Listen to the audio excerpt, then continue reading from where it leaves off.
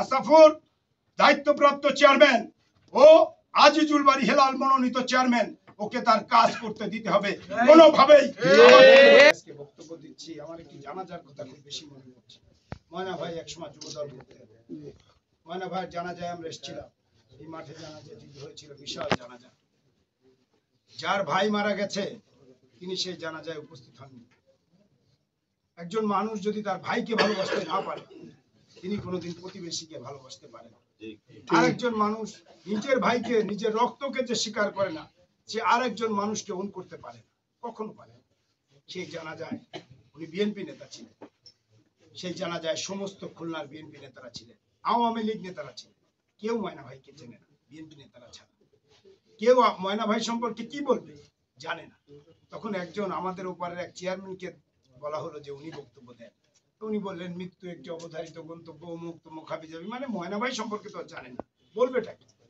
মনি ভাই বক্তব্য দিলেন, আপনাদের যাদের মনে আছে।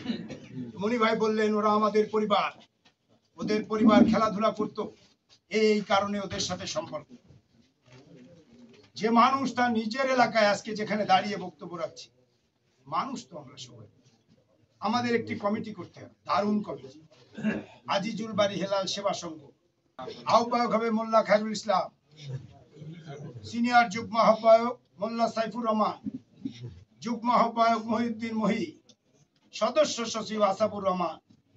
একটা বাহিনী থাকবে রূপসাঘাটে, সেই বাহিনী এমন আতঙ্ক সৃষ্টি করবে, কোন মানুষ যেন বিএনপির বিরুদ্ধে কথা বলতে না পারে, কোন মানুষ যেন মোল্লা সাইফুর রহমানের বিরুদ্ধে কথা বলতে না পারে, কোন মানুষ যেন মোল্লা খায়রুল ইসলামের বিরুদ্ধে কথা বলতে না পারে, কোন মানুষ যেন মাসুম মই ভাইয়ের বিরুদ্ধে কথা বলতে না পারে। পারবেন না? সৃষ্টি করবেন কোন মানুষ যেন সেবা গ্রহণ করতে উপজেলায় না আসতে পারে।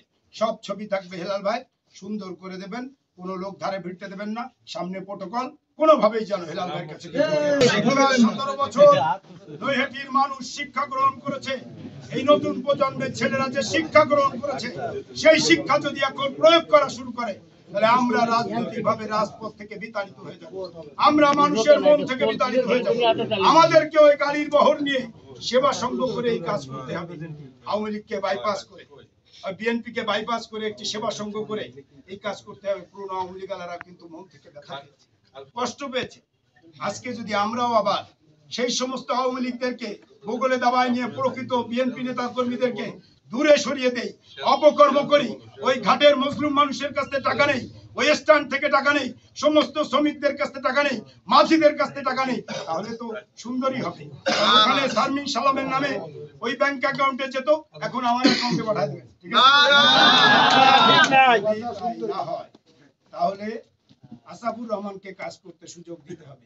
ওখানে যে বিএনপি নেতাদের বলা যাবে না, আসাফুর দায়িত্বপ্রাপ্ত চেয়ারম্যান ও আজিজুল বাড়ি হেলাল মনোনীত চেয়ারম্যান, ওকে তার কাজ করতে দিতে হবে কোনোভাবেই। এখানে ইলিয়াস ভাই, ইলি ভাই মেম্বার হয়েছে, উনি ভারপ্রাপ্ত চেয়ারম্যান, আমাকে কোটা এই দিতে হবে, আমাকে এই কাজ করতে দিতে হবে, ওনাকে স্বতন্ত্রভাবে কাজ করার সুযোগ দিতে হবে। আর রাজনীতিতে এই যে বডিগার্ড, এই যে পেছনে দাঁড়ানো, এই যে হাত টেনে ধরা, এই যে সামনে প্রটোকল, এই সমস্ত রাজনীতি যারা শিখিয়েছে, দয়া করে এই রাজনীতি ভুলে যেতে হবে। পার্টির মধ্যে খুলনা জেলা বিএনপির কমিটি ছিল না বিধায় অনেক সিদ্ধান্ত বিএনপি নিতে পারে নাই, তাহলে সব সিদ্ধান্ত কেন্দ্র থেকে নিতে হবে।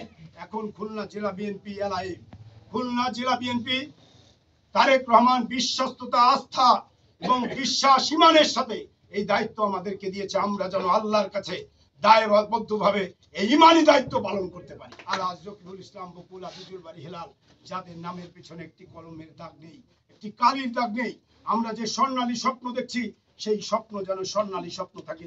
যদি কেউ এই স্বপ্নে ব্যাঘাত ঘটায়, এই বিএনপির রাজনীতি, তারেক রহমানের বিএনপি তারা করতে পারবে না।